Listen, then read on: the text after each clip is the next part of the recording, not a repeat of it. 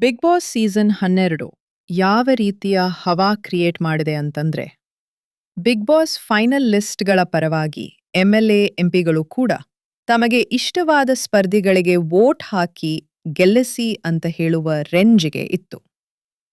ಇನ್ನು ಈ ಬಾರಿ ಬಿಗ್ ಬಾಸ್ ಸೀಸನ್ 12 ಗೆಲ್ಲುವ ಸ್ಪರ್ಧಿ ಹಿಂದೆ ಯಾರೂ ಮಾಡಿರದ ಮತ್ತು ಮುಂದೆ ಯಾರೂ ಮಾಡಲಾಗದ ದಾಖಲೆ ಒಂದನ್ನು ಮಾಡಿದ್ದಾರೆ.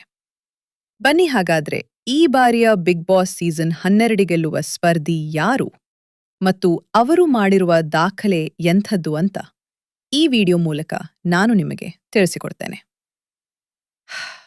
ಕನ್ನಡ ಬಿಗ್ ಬಾಸ್ ಇತಿಹಾಸದಲ್ಲಿಯೇ ಇಲ್ಲಿಯ ತನಕ ನಡೆದಿದ್ದ 11 ಸೀಸನ್ಗಳಲ್ಲಿ ಗೆದ್ದಿರುವ ಕಂಟೆಸ್ಟೆಂಟ್ಗೆ ಅತೀ ಹೆಚ್ಚು ಮತಗಳು ಸಿಕ್ಕಿರುವುದೆಂದ್ರೆ ಅದು 5 ಕೋಟಿ ಮತಗಳು.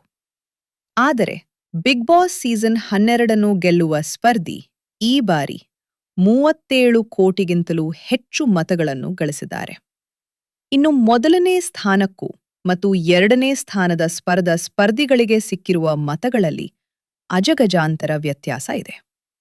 ಅಂದ್ರೆ ಇದರ ಅರ್ಥ ಈ ಬಾರಿ ಬಿಗ್ ಬಾಸ್ ಗೆಲ್ಲುವ ಸ್ಪರ್ಧಿಗೆ ಒನ್ ಸೈಡೆಡ್ ವಿಕ್ಟರಿ ಅಂತಾನೆ ಹೇಳ್ಬೋದು. ಈ 37 ಕೋಟಿಗಿಂತಲೂ ಹೆಚ್ಚು ವೋಟ್ಗಳು ಯಾವ ಸ್ಪರ್ಧಿಗೆ ಬಿದ್ದಿವೆ ಅಂತ ನಾನು ಹೇಳಬೇಕಿಲ್ಲ.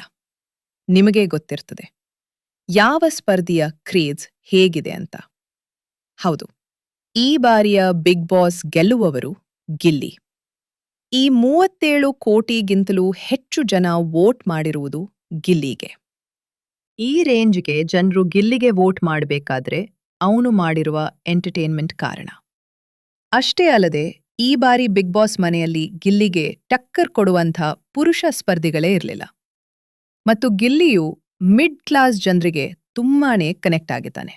ಚಿಕ್ಕ ಮಕ್ಕಳಿಂದ ಹಿಡಿದು ದೊಡ್ಡವರ ತನಕ ಗಿಲ್ಲಿ ಎಲ್ರಿಗೂ ಇಷ್ಟ ಆಗಿದ್ದಾನೆ. ಈ ಎಲ್ಲಾ ಕಾರಣಗಳಿಂದ ಈ ಬಾರಿಯ ಬಿಗ್ ಬಾಸ್ ಸೀಸನ್ 12ರದ ವಿಜೇತನಾಗಲು 37 ಕೋಟಿಗಿಂತಲೂ ಹೆಚ್ಚು ವೋಟ್ ಪಡೆದಿದ್ದಾನೆ. ಇದರ ಬಗ್ಗೆ ನಿಮ್ಮ ಅಭಿಪ್ರಾಯ ದಯವಿಟ್ಟು ಕಮೆಂಟ್ ಮಾಡಿ ತಿಳಿಸಿ. ಮತ್ತೆ ಮುಂದಿನ ವಿಡಿಯೋದಲ್ಲಿ ಸಿಗೋಣ. ಧನ್ಯವಾದಗಳು.